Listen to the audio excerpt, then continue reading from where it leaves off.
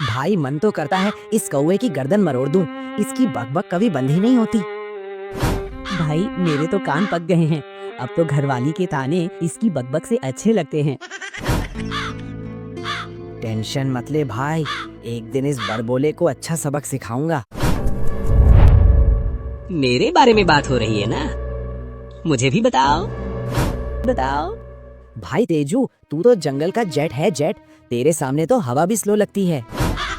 बस भाई, टैलेंट है, सबके बस की बात नहीं।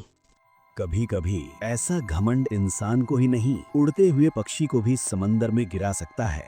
ये कहानी है इस कौवे की, जो उड़ तो सकता था पर अपनी हद नहीं जानता था। नदी के किनारे एक मोटा तगड़ा नीम का पेड़ था।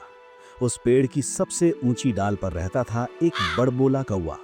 नाम था उसका तेजू। तेजू को खुद पर बड़ा नाज था। वो कहावत तो आपने सुनी होगी, अपने मुंह मियां मिट्ठू बनना।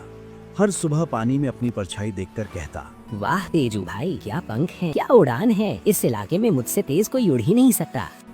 उसे लगता था दुनिया उसी के पंखों के नीचे है। जंगल के सब जानवर उसके इस बड़बोलेपन से परेशान थे, खासकर ये दो बंदर, मंटू और पिंटू। भाई तू देखना, एक दिन इसको ऐसा सबक सिखाऊंगा कि ये लंबी लंबी फेंकना भूल जाएगा। भाई कब वो दिन आएगा, इस कौवे की बकबक से तो मेरे कान पक गए हैं। आखिर वो दिन भी आ गया जिस दिन का इन बंदरों को इंतजार था। आसमान से हंसों का एक झुंड पास से गुजरा। सफेद पंख, लंबी गर्दन, शांत उड़ान। लंबी दूरी तय कर चुके थे। थकान पंखों में उतर आई थी। नीचे हरा भरा जंगल दिखा तो वे धीरे से उतर आए, थोड़ा आराम करने के लिए। कुछ हंस नीम की डाल पर बैठकर आपस में बात करने लगे। आज की उड़ान याद रहेगी। हिंद महासागर से यहाँ तक बिना रुके। महासागर के ऊपर से गुजरते वक्त हवा इतनी ठंडी थी कि पंख सुन्न हो गए। लेकिन ऐसी उड़ान के बाद ऐसी शांति, मजा आ गया। दोनों बंदर भी हंसों की बात सुन रहे थे। तेजू को आता देख बंदरों को एक चाल सूझी। भाई लगता है इनको तुम्हारे बारे नहीं पता। तुम्हारे ही पेड़ पर बैठकर तुमसे तेज उड़ने की बात कर रहे हैं। तेजू भाई, मुझसे तो तुम्हारी बेइज्जती देखी नहीं जाती।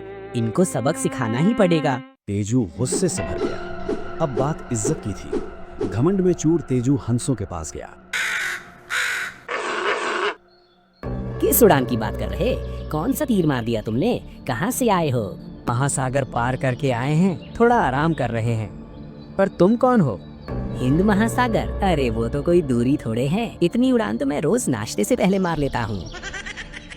इसे पता भी है हिंद महासागर कहाँ है? शायद किसी आसपास के तालाब को हिंद महासागर समझ रहा है।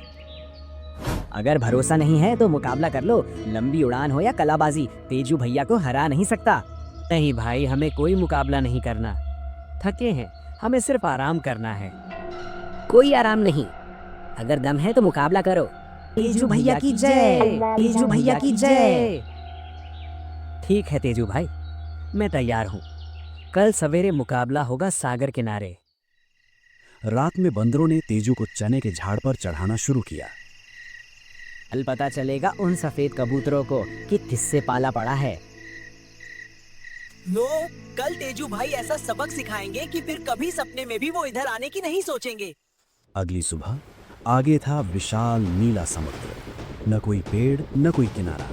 मुकाबला शुरू हुआ। तेजू ने उड़ते ही स्टंट दिखाने शुरू कर दिए।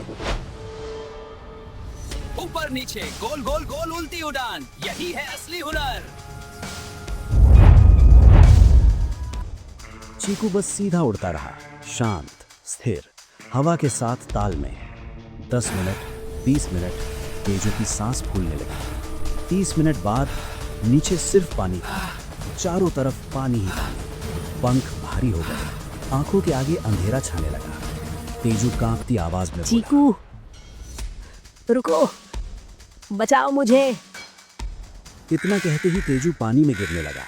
चीकू ने देर न करते हुए तुरंत तेजू को कस के पकड़ा और उड़ते हुए वापस किनारे पर आ गया।